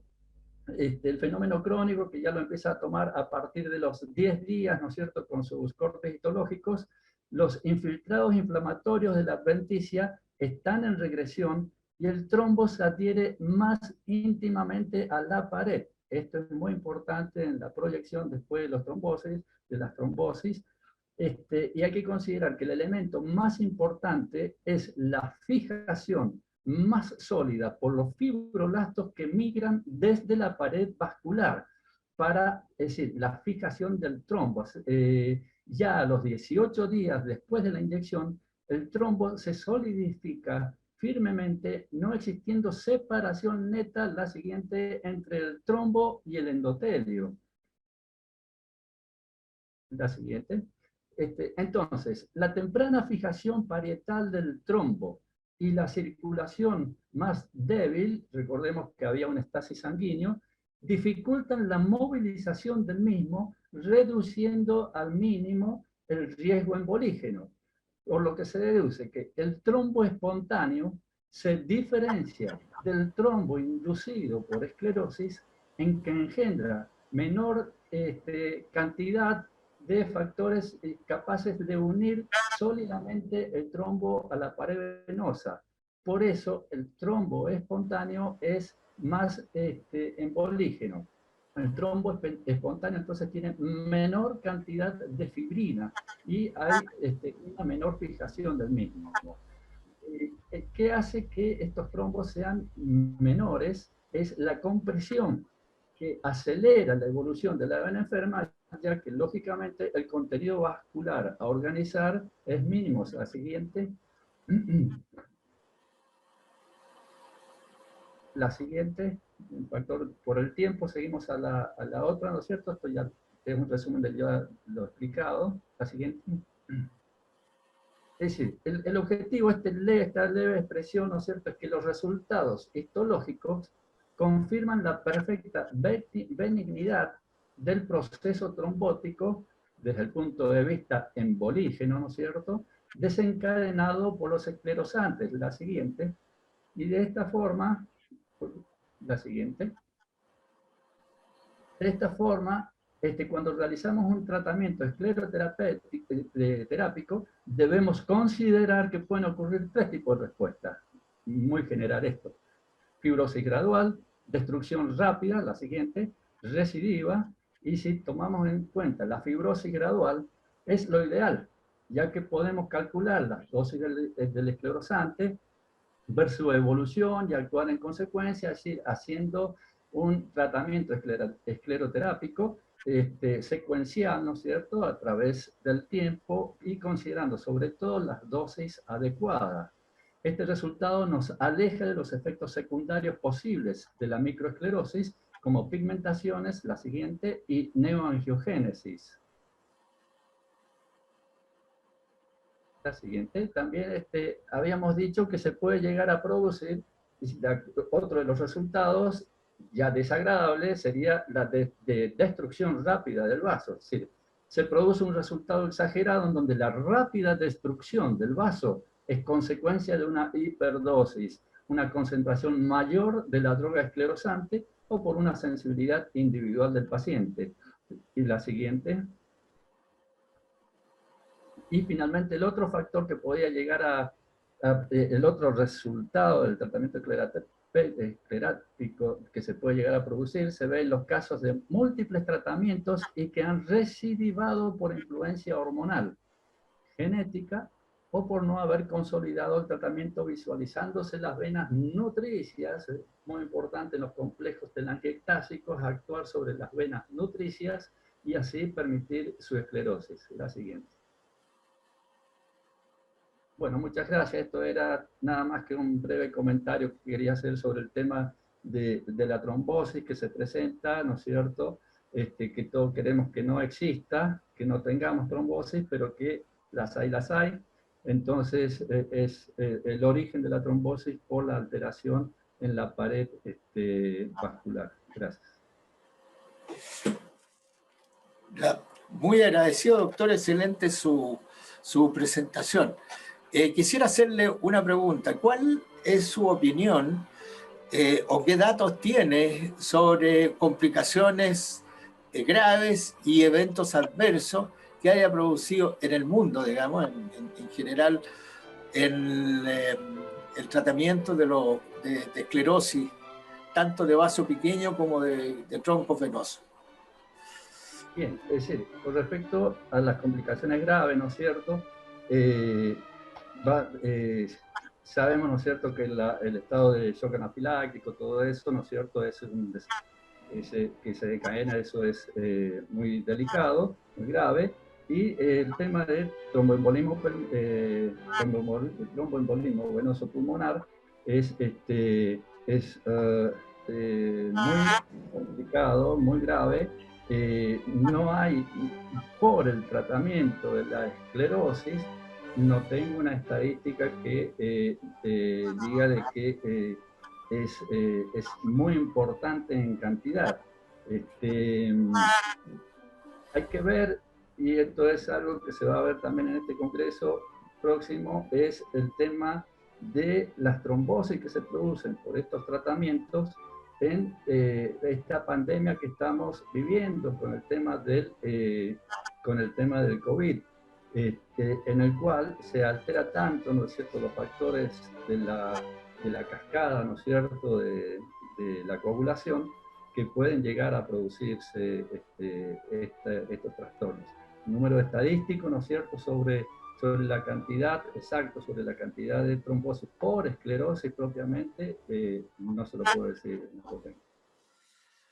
Sí, únicamente, digamos, aclarar es que el punto parece bien importante de todas maneras, con relación a esto de someter a un paciente a este tipo de tratamiento. Pero hay un trabajo muy importante que data de hace unos 5 años atrás del doctor Bradbury, Andrew Bradbury, junto con otros 2 autores más ingleses, que fue un trabajo de tipo así multicéntrico del Reino Unido y de Europa, en que reunieron como 10.000 casos, viendo justamente digamos, la inocuidad del tratamiento y realmente las complicaciones que tuvieron como embolías pulmonares son mínimas, son menos de un 1%. Y ¿cómo se llama? Las de tipo cerebral, incluso habían algunos muertes súbitas y cosas así, no alcanzan el 0,04%, una cosa así. De modo que digamos, la conclusión de ese trabajo es que es realmente un tratamiento sumamente seguro. Es importante tenerlo establecido. Correcto, de acuerdo con lo que usted dice, y bueno, la base está en las características que tiene el trombo que se produce por esclerosis, ¿no es cierto?, sobre el trombo espontáneo. Por eso la cantidad de ACV son mucho menores, ¿no es cierto?, que lo que espontáneamente se producen por otras múltiples causas, ¿no es cierto? Totalmente de acuerdo, doctor Pizarro. Hay una pregunta en el chat, perdón, hay una pregunta en el chat que, por lo avanzado el tiempo, probablemente sería la última pregunta, que es de la doctora María Montserrat Díaz, que es de la Patagonia, y le pregunta al doctor Navas, ¿cuál es la evidencia científica que sustenta la espuma o la escleroterapia líquida en las varices reticulares y las telangiectasias? ¿Cuál es la evidencia que existe para usar una u otra cosa en este tipo de varices? Es una pregunta más bien para el... Doctor, no, para el doctor Navas, dice ahí, doctor Navas. Ah, ya. Pero la exposición la hizo el doctor Ulloa. El doctor Ulloa y el doctor Rodrigo González. La pregunta es perdón. ¿Considera que hay evidencia científica suficiente a favor de la espuma sobre la escleroterapia líquida en varices reticulares y telangiectasias? Yo creo que hay evidencia para utilizar ambos tipos de esclerosantes. Y mucho dependerá de la experiencia de cada quien. Pero evidencia seguro que hay. Seguro que hay. No le pudiera decir si en alguna hay más que en otra, pero estoy seguro que hay tanto para usar espuma como para usar líquido en las dos. Aunque la preferencia, en términos generales, yo pudiera decir que mucha gente prefiere utilizar líquido en telangiectasias y quizás espuma en las reticulares. Eso quizás pudiera ser una posición bastante general, pero acabamos de escuchar a un súper experto, el doctor Ulloa, ¿verdad?, que tiene toda la experiencia del mundo, que él usa en las telangiectasias. Yo lo hago también, espuma. Utilizo concentraciones bajas, 0,20, 0,25. Yo voy de a poquito, como dice él. Yo prefiero que me digan, todavía sigo con la arañita, a que me digan, esta arañita se convirtió en una mancha horrorosa, o en un trombo horrible, o en una úlcera. Entonces, esa es mi respuesta para la doctora. Antigüedad constituye grado, Rodrigo. Le damos la palabra al doctor Ulloa primero. ¿Cuál fue lo que preguntaste de antigüedad? ¿A la antigüedad qué? No, si estamos preguntando eso, yo no tengo nada que tarde lo que está diciendo el doctor Navas. Es correcto las dos cosas. Hay quienes todavía no creen en la espuma, en las telangiectasias, y yo digo que es mucho más inocua. Hay evidencia total y muchísima. Y desde luego yo creo que el líquido en las telangiectasias hay que manejarlo con más cuidado que la espuma. Sencillamente, no les dé miedo, si desde luego son especialistas, si desde luego están manejándolo, si desde luego lo tratan, menos dosis con espuma, no va a pasar absolutamente nada con un esclerosante a conciencia y a conciencia bien hecho, ¿no?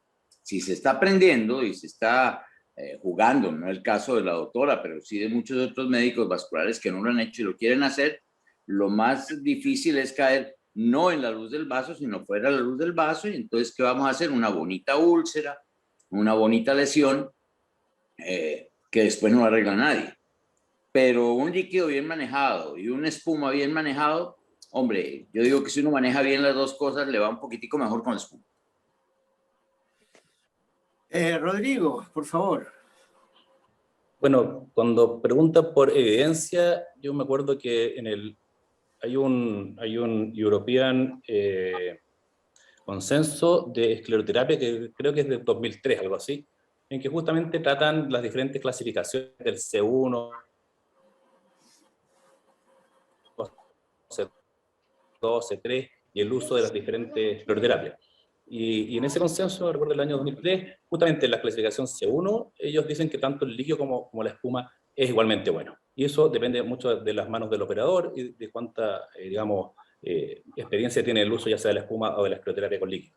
Yo creo que la espuma es evidentemente superior cuando las venas son de diámetro grande y tienen mayor flujo, pero cuando las venas son menores de 1 milímetro, 2 milímetros y menos, ya tener tanta potencia esclerosante respecto del líquido yo creo que resulta menos importante. Además que el líquido también obviamente se va a inactivar con menor velocidad cuando hay poco volumen venoso. Entonces si uno inyecta el esclerosante líquido en una telangiectasia que tiene poquito volumen, se va a diluir muy poco. En cambio si inyectas líquido sobre una vena de mucho diámetro, se va a diluir demasiado rápidamente y ahí la espuma evidentemente muy, muy superior. Doctor Kanata, ¿desea? Un comentario final y mi agradecimiento como siempre a toda la mesa, estuvo excelente. Quiero recordar en el 2009 el doctor Goldman publicó una revisión de aproximadamente 1.200 casos de foam sclerotherapy exclusivamente en venas reticulares y en venas de mediano calibre, con un porcentaje de efectividad de aproximadamente 80-90% y con complicaciones de menos del 2%. O sea que ese es un trabajo muy interesante, hablando de trabajo científico y realizado por una persona reconocida como el doctor Goldman.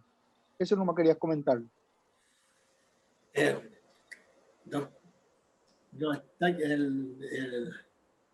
No sé si quiere hacer un comentario Martín Francisco, ¿no? No sé si terminando, parece. Tiempo o simplemente lo terminamos. Hemos reunido acá realmente un conjunto de estrellas del tratamiento esclerosante flebológico en Latinoamérica, de lo cual me doy pero sumamente por satisfecho al respecto. Así que sin más y agradeciendo a toda la atención, dejo al presidente de la sociedad para que defina este webinar. Bien, yo pienso que han quedado muchas preguntas en el tintero y muchas dudas. Sin embargo, ha sido muy bueno, excelente haber escuchado las presentaciones del doctor Ulloa, el doctor Navas, y los comentarios del doctor Kanata, el doctor Ferreira y el doctor González. Todo esto moderado por nuestro anfitrión, el doctor Ismael Pizarro. Agradecemos también a los patrocinadores nuestros, que son el Laboratorio Bayer, el Laboratorio Boehringer Ingelheim, que permiten con su aporte generoso el desarrollo de nuestras acciones educativas de la Sociedad Chilena de Flebología y Linfología. Los dejo invitados a todos a una próxima sesión de estas jornadas virtuales a realizarse el próximo mes. También a las 19 horas, que tratará sobre el tema de prevención de las complicaciones de la quimioterapia. Sería más o menos el segundo capítulo de este mismo tema. Cómo prevenimos las complicaciones de lo que nosotros inyectamos en las venas. Y eso ocurre tanto en el tratamiento de las telangiectasias como en los oncosafenos. Tenemos a importantes expositores ahí, el doctor Ulloa, que es otro doctor Ulloa, el doctor Jorge Hernando Ulloa, flebólogo colombiano reconocido ya, y el doctor Juan Agustín Chunga Prieto, que es flebólogo peruano, todos amigos nuestros. Pronto recibirán todos el link del Zoom para acceder a este nuevo webinar. Así que están todos invitados, le agradecemos su presencia a todos los que han escuchado, a todos los panelistas y a todos los expositores. Gracias. Hasta entonces. Gracias a todos, gracias por enseñarnos. Y un abrazo. Vamos adelante, fuerza muchas. Gracias, saludos, suerte. Rodrigo. Saludos a todos. Muy bien.